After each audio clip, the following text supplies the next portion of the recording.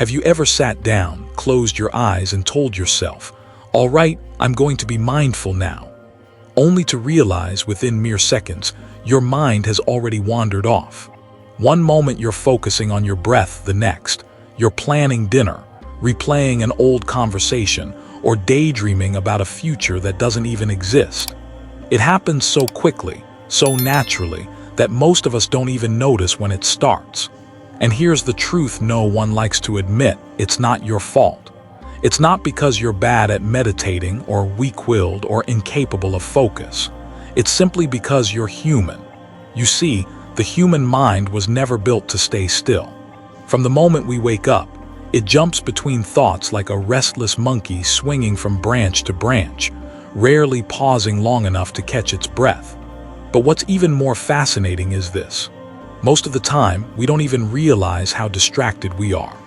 We believe we're present, paying attention, when in reality, we're being tugged along by an invisible thread, a silent force pulling us away from the here and now. Buddhist masters have understood this truth for over 2,000 years. They called it the nature of the untrained mind. A mind that hasn't been tamed behaves like a wild horse. No matter how tight you pull the reins, it bolts. It chases old memories. It obsesses over imagined futures. It resists discomfort and craves pleasure. It labels, it judges, it clings, and it runs. And that is the invisible pull we live with every single day. Now modern life has made this pull even stronger. Notifications, deadlines, social media, the endless scroll of images and updates and opinions. It's no wonder our attention feels like it's under siege. We wake up to the glow of a screen. We check our messages before we even step out of bed. We drink coffee while scrolling through news we won't remember in an hour. And somewhere in between meetings and emails, we tell ourselves we'll be mindful later. But later never comes. And so most of us live our days in a trance, not quite asleep, not fully awake. But here's where it gets interesting. The Buddha didn't teach that distraction is evil or that you should fight it like a fierce enemy. He didn't demand that your mind be silent like a stone. Instead, he invited us to understand it, to see it clearly for what it is. A natural, impermanent phenomenon. In one of his most famous teachings, he described the mind as being like the ocean, waves constantly rising and falling, stirred by winds of desire, fear, and memory. You can't stop the waves, but you can learn to surf. And mindfulness, true mindfulness, isn't about forcing the mind to be still. It's about noticing when the waves rise, feeling when the wind changes, and gently returning again and again to the breath, the body, the present moment. It's not about perfection. It's about awareness. It's about recognizing the invisible pull that drags you away and choosing, in that instant, to come back. Because every time you return, you plant a seed of calm, of clarity, of wisdom. And over time, those seeds take root. The mind begins to settle, not because you forced it, but because you've learned to stop chasing every wave. So perhaps the real question isn't, why can't we stay focused? Maybe the real question is, can we learn to notice when we're lost? And what would happen if we did? In the next few moments, we'll quietly unravel the truth behind this restless mind, the Buddhist wisdom that explains why distraction feels so natural, and the gentle ways we can begin to reclaim our awareness, not through struggle, but through understanding. Because if you've ever felt like your mind has a life of its own, that's because it does. You sit down, determined to stay focused, and in the blink of an eye, you're somewhere else entirely. A memory, a craving, a worry, a fantasy. It happens so quickly, it feels automatic. But here's something most people never pause to consider. What exactly is distraction? Is it simply the absence of focus? Or is it something deeper? In Buddhist philosophy, distraction isn't just a harmless habit. It's the natural state of an untamed mind. It's what happens when awareness isn't anchored, when the mind follows every passing thought like leaves floating on a restless river. The ancient texts call it Vik letter 1e63 EP, a Sanskrit word meaning scattering or dispersion. And it makes sense, doesn't it? Our thoughts scatter us in every direction. One moment we're here. The next, we're reliving something from years ago. Then, imagining a future that may never happen. And this endless scattering isn't random. Buddhism teaches that distraction arises from three primary energies constantly at play within the human mind: desire, aversion, and delusion. Desire pulls us toward what we want. Aversion pushes us away from what we dislike. And delusion keeps us confused, lost in stories that aren't real. Think about it. When you're distracted by a fantasy about success, love, or wealth, that's desire. When you obsess over a mistake, a criticism, or a painful memory, that's aversion. And when you find yourself endlessly scrolling, zoning out, or numbing your discomfort without really knowing why, that's delusion. These three forces are like invisible puppeteers, constantly tugging at the strings of your attention. And unless you see them clearly, you'll be at their mercy. But here's the beautiful part. The Buddha never taught that these forces are evil. He didn't demand that you destroy desire, hatred, or ignorance. Instead, he urged us to recognize them, to understand how they work, and most importantly, to stop identifying with them. Because you are not your thoughts. You are not your cravings, your fears, or your confusion. You are the awareness behind them. And once you begin to notice how these energies shape your attention, you gain something priceless: choice. You no longer have to follow every craving. You no longer have to run from every discomfort. You no longer have to believe every story your mind tells. Instead, you can pause, see clearly, and gently bring yourself back to this moment. It's why mindfulness isn't just a relaxation technique. It's a revolutionary act. In a world addicted to distraction, the decision to simply be present is a quiet form of rebellion. And perhaps one of the most powerful teachings in Buddhism comes from the simple instruction: when the mind wanders, notice it has wandered and return. No drama, no judgment, no shame, just notice and return. Over time, this gentle returning transforms you. It weakens the pull of desire. It softens the sting of aversion. It cuts through the fog of delusion. And in its place, clarity begins to grow. A clarity that doesn't come from forcing the mind to be still, but from understanding why it moves the way it does. So the next time you catch yourself lost in thought, don't be frustrated. Smile. That moment of awareness, have you ever wondered, why is it so hard to stay present? Why do we so effortlessly drift into daydreams, worries, and endless loops of thoughts we didn't even choose? The answer isn't just about smartphones, notifications, or the fast pace of modern life, though those certainly don't help. The truth runs deeper. Buddhist philosophy teaches that the tendency to be distracted isn't a modern problem.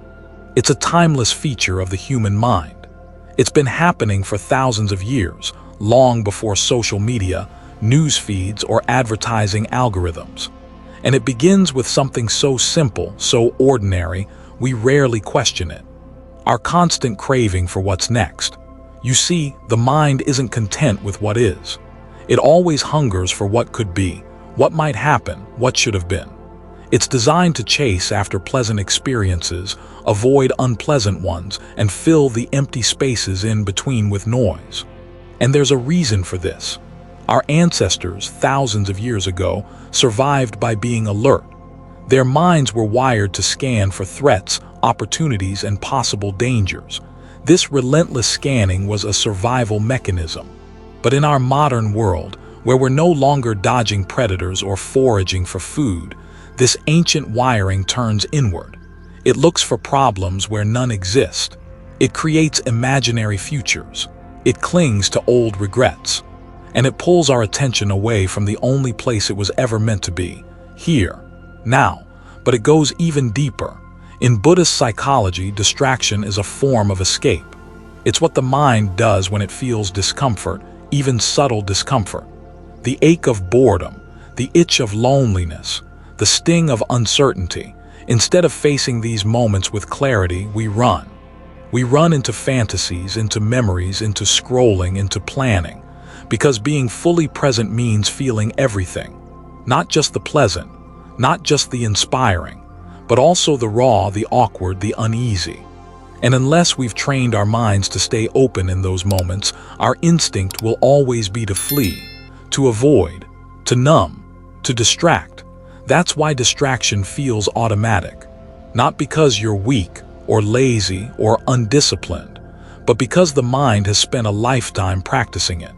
Every time you reach for your phone without thinking, every time you buried yourself in a daydream to avoid discomfort, every time you escaped into noise because silence felt too heavy, the habit grew a little stronger. And here's the part no one tells you. Distraction isn't about the thing you're distracted by. It's about what you're trying to avoid. Maybe it's the fear of being alone with your own thoughts. Maybe it's a buried anxiety you've never faced. Maybe it's a longing you don't know how to name. And mindfulness, true mindfulness, isn't just about bringing attention to the present. It's about daring to stay with what's here, even when it's uncomfortable. To notice the craving for escape and gently choose to remain. The Buddha once compared the untamed mind to a monkey, leaping from branch to branch, never settling in one place for long. But he also taught that through practice, even the wildest monkey can learn to sit still. And here's a quiet secret: it doesn't require fighting the mind. It requires befriending it, seeing the patterns, understanding the tendencies, smiling at the habits you've carried for years. And little by little, those restless impulses begin to lose their power, not because you suppress them, but because you see them clearly. And what you see clearly no longer controls you. So the next time you notice yourself drifting, ask yourself, what am I trying to escape? Not with judgment. What if I told you that mindfulness isn't just a trendy buzzword? That it's not simply about paying attention or staying focused, but something much deeper. In the heart of Buddhist practice, mindfulness is called sati, a word that carries layers of meaning far beyond just noticing what's around you. Sati is the gentle art of remembering to be present. It's like a quiet guardian who whispers, "Wake up, notice this moment, be here." But it's not just about what you see or hear. It's about how you relate to your experience with curiosity, kindness, and without judgment. Imagine watching your thoughts like clouds passing through a clear blue sky. Some are dark and heavy, others light and fluffy. But you don't chase after the clouds, nor do you push them away. You simply watch them come and go, knowing the sky itself remains unchanged beneath. This is mindfulness, the awareness that holds space for everything, the pleasant and the painful, the exciting and the boring. But why did the Buddha place such importance on this practice? Because mindfulness is the foundation for true freedom. Without it, we're trapped in cycles of reaction, endlessly pulled by desire, aversion, and confusion. But with mindfulness, we start to see clearly. We see the craving behind the craving, the fear behind the fear, the habit behind the habit. And this seeing brings choice. The choice to pause before acting, the choice to respond instead of reacting, the choice to return again and again to this moment, no matter how difficult it might be. It's like training a wild horse. At first, the mind bolts in every direction, but with gentle patience and consistent care, it learns to slow down, listen, and trust. And mindfulness isn't about perfection. It's about a kind, steady return, noticing when the mind wanders, noticing without frustration, and bringing yourself back to now. In Buddhism, mindfulness is always practiced alongside clear comprehension, called sampajana. This means not just noticing, but understanding what's happening in the mind and body. It's the wisdom that helps us see when a thought is a passing cloud or a wildfire ready to ignite. And together, mindfulness and clear comprehension create a powerful shield against distraction. They help us navigate life with calm, clarity, and compassion. So when you hear mindfulness, don't think of it as a task or a goal. Think of it as an invitation to wake up from autopilot, to meet yourself with kindness, and to find peace in the simple. We all know distraction is natural, but what if I told you there are simple, practical ways to gently bring yourself back when your mind drifts away? Methods that don't require willpower or forcing your focus, but instead invite your attention to come home, softly and willingly. The Buddha didn't leave us guessing. He offered clear tools for cultivating mindfulness, methods to steady the restless mind and meet distraction with compassion. Let's explore some of these timeless practices that anyone can try, anytime, anywhere. 1. Anchor in the breath. Your breath is the most faithful companion you have. It's always with you, quietly moving in and out, whether you notice it or not. When distraction pulls you away, simply return your attention to the breath. Feel the coolness of the inhale. Notice the warmth of the exhale. Don't try to control it, just observe. Breathing becomes a gentle anchor, steadying the mind's waves. 2. Body scan. Sometimes distraction hides in tension, discomfort, or restlessness in the body. Pause. Slowly bring awareness to your physical sensations, from the tips of your toes to the crown of your head. Notice where you feel tightness or ease. This practice not only grounds you, but reveals how emotions and thoughts connect to bodily feelings. 3. Label the experience. When thoughts or feelings flood your mind, name them softly. Thinking, worrying, planning, restless, tired. Labeling helps create distance. It's like gently putting the mind's contents on a shelf to examine later, rather than getting caught up in the story. 4. Use gentle reminders. Visual cues or simple phrases can call you back. A sticky note on your desk saying, "Be here now." A quiet bell chime on your phone reminding you to pause. These little nudges break autopilot and invite awareness. 5. Practice single tasking. Multitasking is the enemy of mindfulness. Try doing one thing at a time, washing dishes, walking, eating, and bring your full attention to that single activity. Notice textures, smells, sounds, and movements. This trains the mind to settle instead of scattering. 6. Accept distraction without judgment. Here's a powerful secret. When you get distracted, don't fight it. Don't scold yourself for wandering. Instead, treat it like a curious guest in your house. Welcome it, thank it for showing up, and then gently invite your focus back. This kind, non-judgmental approach softens resistance and builds a more loving relationship with your mind. 7. Short mindfulness pauses. Throughout your day, take brief pauses, even 10 seconds to check in. Feel your feet on the ground. Notice your posture. Take a deep breath. These mini breaks refresh your attention and reset your mental energy. These practices aren't about perfection or stopping distraction altogether, which is impossible. They're about building a friendly habit, a steady rhythm of coming back. And every return strengthens your ability to be present, even amid life's chaos. Remember, the mind is like a puppy. It will wander, chase after butterflies, and occasionally tumble over itself. But with patience, kindness, and practice, it learns to sit, stay, and focus, not by force but by choice. So start small. Try one method today, maybe anchoring in your breath. Notice what happens when distraction arises, and come back, again and again. Because mindfulness, throughout the centuries, the Buddha and countless wise masters have shared a profound truth, that the restless, distracted mind is not our enemy. Rather, it is a teacher, a mirror reflecting our deepest habits, fears, and aspirations. Their teachings don't promise a perfect, distraction-free mind. Instead, they offer guidance on how to dance gracefully with distraction, transforming it into a path of awakening. One of the Buddha's most profound insights was this: the mind is like a monkey, swinging from branch to branch. We've all felt this, the constant jumping, the endless craving for new things, the difficulty in just sitting still. But the Buddha didn't say, fight the monkey. He said, train the monkey. Through gentle patience, consistent practice, and compassion, the wild mind can learn to settle. The masters remind us that mindfulness is not a destination, but a journey. And on this journey, mistakes and setbacks are not failures, they are stepping stones.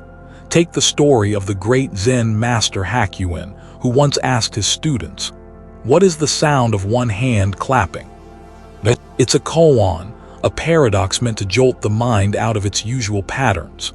When distracted, our minds cling to certainty, craving neat answers and clear paths. But the masters teach us to lean into uncertainty, to be comfortable with not knowing. This openness is where true mindfulness blossoms. Another lesson comes from Thich Nhat Hanh, the beloved Vietnamese Zen teacher. He taught that mindfulness begins with simple acts, drinking tea, walking, breathing, done with full presence. In these ordinary moments, we find extraordinary peace. And when distraction arises, it's an opportunity to practice what he called loving kindness toward the mind. Instead of frustration, offer patience. Instead of judgment, offer understanding. These teachings are not abstract philosophy, they are practical, lived wisdom. They remind us that mindfulness is a gentle, ongoing conversation with ourselves. The Buddha said, "You yourself must strive. The Buddhas only point the way. No one else can do the practice for you. But you are never alone on this path. With every mindful breath, every return from distraction, you are walking in the footsteps of those who have come before, the seekers, the sages, the masters. And through their wisdom, we learn this essential truth. Distraction is not a barrier. As we come to the close of this journey together, there's a simple truth waiting quietly beneath it all: the breath. No matter where life takes you, no matter how scattered the mind may become, the breath is always here. A constant companion gently inviting you back to this moment. Breathing in, you find presence. Breathing out, you let go. And with each breath, you're given a new chance to return. To the here, to the now, to yourself. Mindfulness is not about perfection. It's about kindness. A patient, gentle return again and again. It's a lifelong journey that unfolds with every breath, every step, every moment. So today, right now, I invite you to take one mindful breath. Feel it fully. And know that this simple act holds the power to transform distraction into clarity, restlessness into peace. You don't need a special place or time. You just need to come back. Because the journey of mindfulness isn't a race or a goal. It's the art of coming home to yourself. And as you walk this path, remember you're not alone. Here in this community, we walk together, supporting, learning, and growing. If this message has touched your heart, if you found a spark of calm or clarity here, please take a moment to like, share, and subscribe. Your support helps this wisdom reach others seeking peace in the noise.